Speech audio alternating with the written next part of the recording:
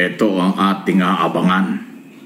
Pag nagkatotoo na si dating Pangulong Digong Duterte ay naging lead counsel or abogado ng kanyang anak tungkol sa impeachment trial, magandang abangan ito dahil welcome kay Congressman Jinky Luistro ng lalawigan ng Batangas na isa sa mga prosecutor do sa 11 prosecutor na binuo ng Kongreso para patunayan, idepensa ang kailang article of impeachment o kaso impeachment laban kay Sara Duterte. Walang problema, sabi ni Congresswoman Luistro kung si Duterte. Sa tingin ko naman po pwede kasi sa court lang yata bawal yung magkarelasyon, mag-ama, magkapatid o anumang relasyon sa korte yan, judicial body, parang hindi tayo nakakakita ng ganon. Okay? Pero dahil impeachment trial ito, hindi naman ito korte, so palagay ko pwede nga na mag-abogado si dating Pangulo Duterte. At dito natin malalaman. Kasi nung Pangulo pa si Duterte, lagi sinasabi niya, siya ay matagal na prosecutor, marami siyang hinawakang kaso, para bang eksperto siya bilang prosecutor, bilang abogado, ganun ang dating eh. Nung siya 6 na taong presidente, lagi niya sinasabi hanggang ngayon na siya matagal ng prosecutor, kaya alam na. O di tama-tama ito. Sana payagan din ng kanyang pamilya at ng Senado na maging lead counsel ni Sara Duterte sa impeachment trial ay itong si Duterte. Malalaman natin itong galing nito, kung anong galing meron siya bilang taga-usig or bilang defense counsel.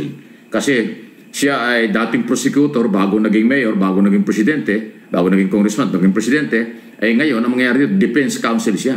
Siya yung magtatanggol doon sa akusado, doon sa i-impeach na kanyang anak ni Sara Duterte.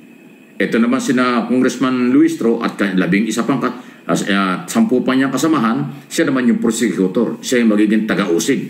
So magandang abangan ito. Duterte laban kay Luistro na parehong magaling na abogado ang siyang maghaharap sa trial. Tingnan natin. Si Luistro bilang mambabatas, alam na natin yan. Alam na ninyo mga kababayan, Luzon, Visayas, Mindanao. Kung nakikinig kayo ng mga public hearing, WADCOM, Blue Ribbon Committee, Appropriation Committee at iba pang hearing sa Kongreso, ay nakita naman natin. Ibang klase ang mga hataw, ibang klase ang kanyang mga paglilikture at pagtatanong under the law. Kasi nga siya pala ay talagang magaling na abogada. So tingnan natin ito. Duterte versus Luistro sa impeachment trial. Yan ang isa sa aabangan. Ang patutunayan ng prosecutor ng side ng Kongreso ay yung betrayal of public trust, graft in corruption, okay? Bribery, may pagsisinungaling pa. At siyempre, kasama dyan yung issue ng pagbabanta sa buhay ng Pangulo, First Lady at Speaker of the House. At yung di umano'y ill-gotten wealth. Pero sinasabi ni Congressman Luistro, ang pinakamabigat na nakikita niyan talagang mahirap patunayan na totoo, mahirap patunayan at na hindi na tama ang paggastos. Ibig sabihin, nakikita ni Congressman Luistro, mahihirapan si Sarang idepensa yung confidential fund. Yung confidential fund na kung saan-saan napunta, yung daan-daang milyon na wini-withdraw sa bangko, yan ang mahirap na patunayan at mukhang doon nakapokus si Luistro. Kasi kung yung mga gunita ay 4 na beses nag-withdraw ng 125 million doon sa isang bangko, government bank pa yan sa may Mandaluyong. Okay? Confidential pa yon. Inamin nyo nung Acosta na siyang nagpunta sa bangko at nag-withdraw ng ganong kalaking pera. 4 na beses o kalahating milyon yun. Kalahating billion, 500 million yun. Kasi 125 times 5, di ba? O, di ba? O, 125 times 4, ayun.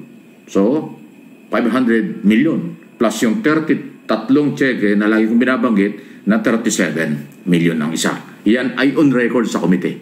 At yun ho yung pagbabasihan ng prosecutor kung paano yung depensa yan ni Duterte kung siya magiging abogado ay ating aabangan talaga.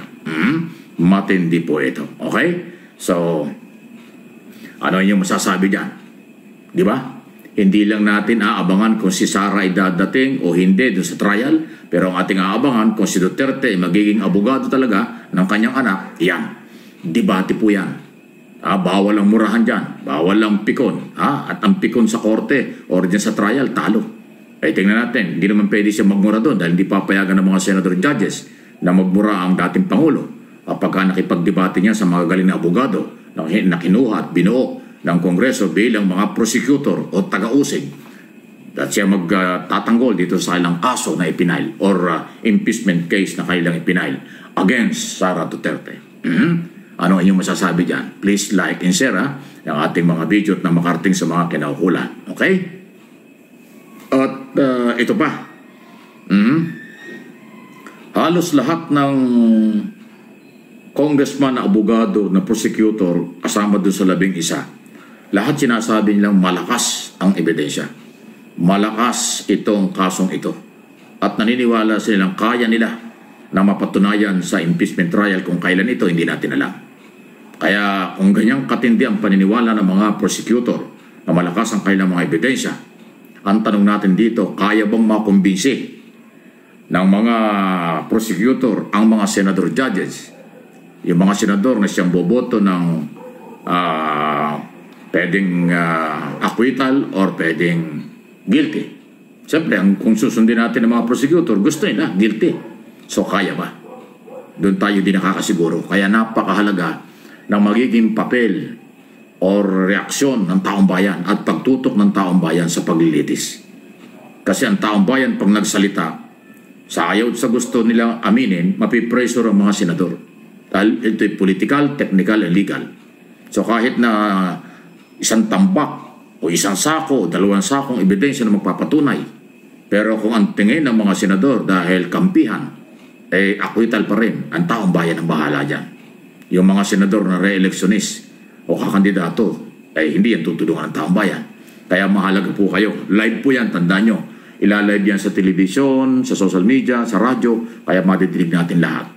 Kaya mahalaga, ngayon pa lang sinasabi ko sa inyo, ang participation ng taong bayan na mag-comment, mag-react, hanggang sa ma-pressure ang mga senador, manindigan sila ng tama, manindigan na naaayon sa ebidensya, hindi manindigan dahil kapartido, dahil kaibigan, dahil naaawa, dahil may utang na loob, hindi po yun. Kailangan yung ebidensya ang pagbabasihan kung ano ang nakikita nila at nakita ng taong bayan, sana magkaparehas. Kasi mas mabilis mag-decide, mas mabilis makakita ng tama o mali ang audience, ang taong bayan, tayo yun. May karapatan tayo, taong bayan sa buong Pilipinas, sa buong mundo dahil pera natin ang pinag-uusapan dyan. Pera natin ang gagastusin sa trial. Pera natin ang nakataya dahil graft in corruption, betrayal of public trust.